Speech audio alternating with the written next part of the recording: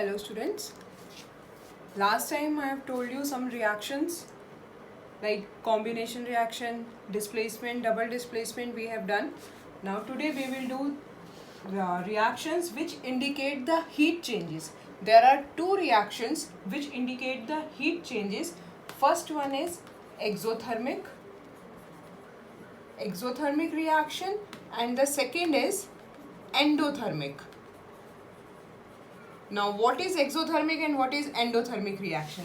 See, exothermic reaction वो होती है जिसमें heat release हो रही है, heat evolve हो रही है. Suppose we are burning carbon in the presence of air, oxygen के साथ कार्बन बर्न हो रहा है, कार्बन डाइऑक्साइड फॉर्म हो रहा है, इसके साथ साथ हीट एनर्जी भी इवॉल्व हो रही है, जिसमें हीट एनर्जी इवॉल्व होती है, हीट एनर्जी निकलती है, रिलीज होती है. उस रिएक्शन को we call it exothermic reaction. So the reaction in which heat energy is released, जिसमें heat energy release हो रही है, वो कौन सी reaction होती है? Exothermic reaction. और endothermic इसका opposite है, इसमें heat release हो रही है, इसमें heat absorb होएगी, इसमें heat absorb होएगी. तो reaction in which heat is absorbed, it is called endothermic reaction. मतलब अगर हीट कोई इक्वेशन दे रखी है, आपको बताना है कि ये एक्सोथर्मिक है या एंडोथर्मिक है. हीट अगर प्रोडक्ट वाली साइड है तो it means it is exothermic reaction, क्योंकि हीट एनर्जी यहाँ पे रिलीज हो रही है. अगर हीट यहाँ पे रिएक्टेंट्स वाली साइड है तो that means it is a endothermic reaction. जो डीकम्पोजिशन रिएक्शंस बताई थी जिसमें हीट एनर्जी चाहिए, we need heat energy to break सब सब्सटेंस, तो उसको क्या बोलते हैं? एंडोथर्मिक. तो उसमें क्या है, जो सारी की सारी डीकम्पोजिशन रिएक्शंस होती हैं हमारी, वो सारी एंडोथर्मिक होती हैं, वो सारी रिएक्शंस एंडोथर्मिक होती है.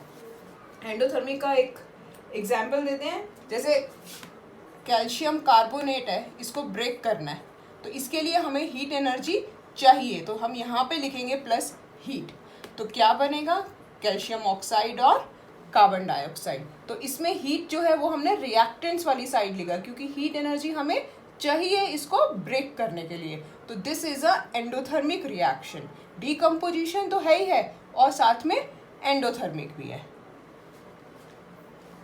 So now we will discuss oxidation and reduction reactions. Means oxidation reduction reactions, इनको क्या बोलते हैं? इनको हम बोलते हैं रिडॉक्स रिएक्शन, जिसमें ऑक्सीडेशन और reduction both occur simultaneously. Means oxidation और रिडक्शन दोनों साथ में हो रहा है, उसको बोलते हैं रिडॉक्स.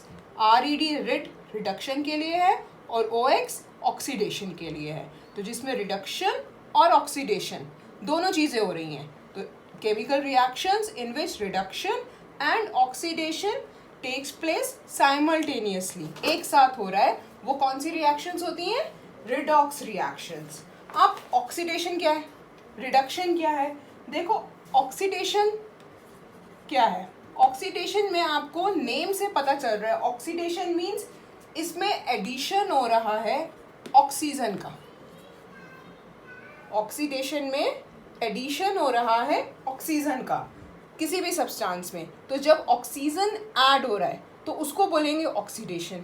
अगर यहाँ पे ऑक्सीजन ऐड हो रहा है तो हम इसमें रिमूवल किसका होगा? हाइड्रोजन का.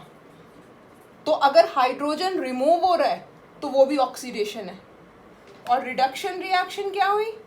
इसमें एडिशन है ऑक्सीडेशन का, तो इसमें एडिशन होगा हाइड्रोजन का. और रिमूवल किसका होगा? रिमूवल होगा ऑक्सीजन का. तो इसमें से कोई भी एक याद करो, दूसरा उसका ऑपोजिट है. जैसे ऑक्सीडेशन में हमने याद किया कि एडिशन हो रहा है ऑक्सीजन का, सिर्फ इतना याद करो, एडिशन हो रहा है ऑक्सीजन का, तो वो कौन सी रिएक्शन है? ऑक्सीडेशन. अगर एडिशन ऑक्सीजन का हो रहा है तो रिमूवल किसका हो जाएगा? हाइड्रोजन का, तो वो भी ऑक्सीडेशन है. रिडक्शन में क्या है? यहाँ पे ऑक्सीजन ऐड होता है, इसमें हाइड्रोजन ऐड होता है. हाइड्रोजन ऐड हो रहा है तो वो भी रिडक्शन है, या ऑक्सीजन रिमूव हो रहा है तो वो भी रिडक्शन है. एक एग्जाम्पल की हेल्प से देखते हैं, then it will be more clear to you. Suppose यहाँ पे कॉपर ऑक्साइड है, इसकी रिएक्शन हो रही है हाइड्रोजन के साथ. और यहाँ पे क्या बन रहा है, कॉपर और वाटर। अब इसमें देखो इस रिएक्शन में यहाँ पे H2 से H2O बन रहा है, तो इस रिएक्शन में क्या हो रहा है, H2 से H2O बन रहा है, ऑक्सीजन ऐड हो रहा है।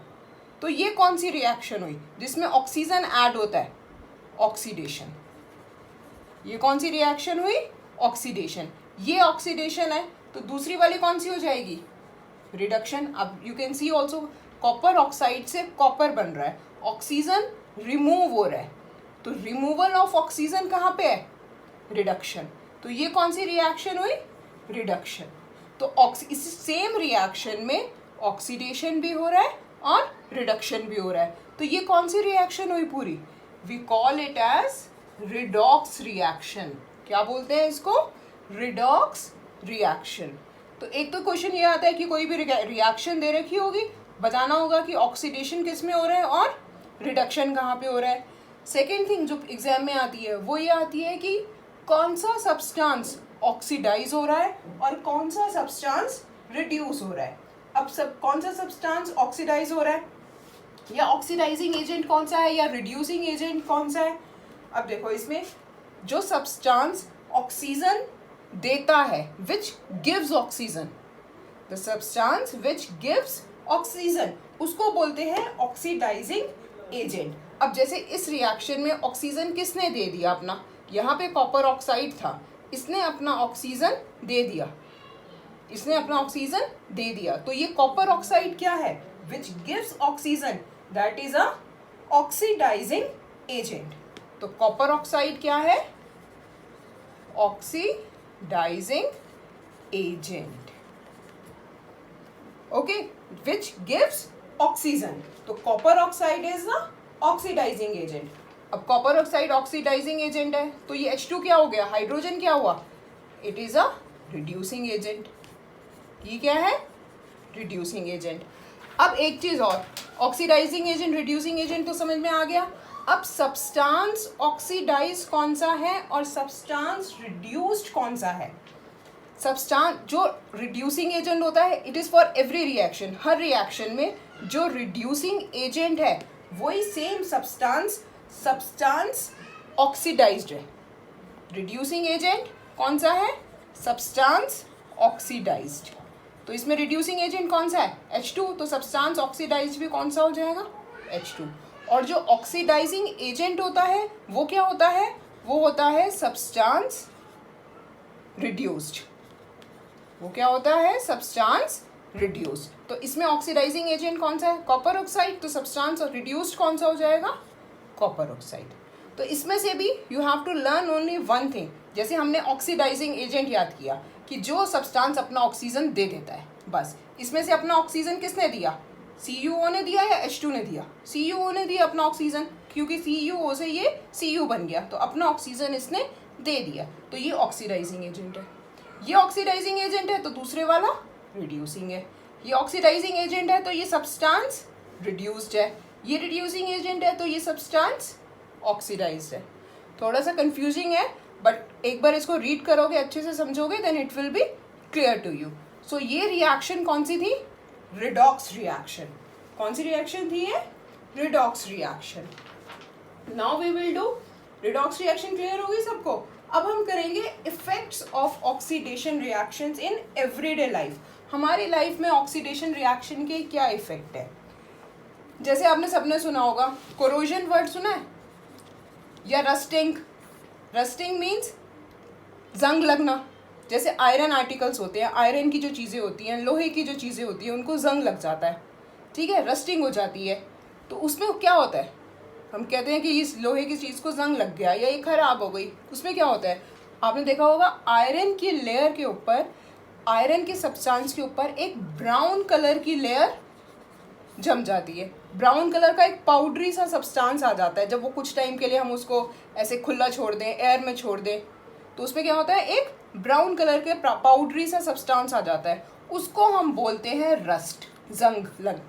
क्या बोलते हैं उसको हम, रस्ट। तो जब हम आयरन आर्टिकल्स नए नए कोई भी चीज़ लेकर आते हैं तो वो बहुत ज़्यादा शाइनी होती है, लेकिन कुछ टाइम के बाद क्या देखोगे कि वो उसकी एक तो शाइन कम हो जाती है और वो थोड़े थोड़े ब्राउन हो जाते हैं, उन पे एक ब्राउन कलर का सब्सटेंस जम जाता है, उसको बोलते हैं रस्टिंग। क्या कहते हैं उसको? उस पर रस्ट लग गई है, ब्राउन कलर का सब्सटेंस उस पर जम गया है, उसकी ब्राउन कलर की सब्सटेंस की उसके ऊपर कोटिंग हो गई है, तो वो क्या होती है कि हम कहते हैं कि आयरन की रस्टिंग हो गई है। अब कैसे होती है आयरन की रस्टिंग? या तो उसको हम ऐसे एयर में छोड़ दें, या उस पर पानी पड़ता रहता है, या कोई एसिड अगर उसके ऊपर गिर जाती है आयरन आर्टिकल्स के ऊपर, तो क्या होता है उसकी रस्टिंग हो जाती है। ऐसे आपने सिल्वर का भी देखा होगा, चांदी की चीज़ें कुछ टाइम के बाद काली पड़ जाती हैं, सिल्वर आर्टिकल्स जो होते हैं it becomes black after some time.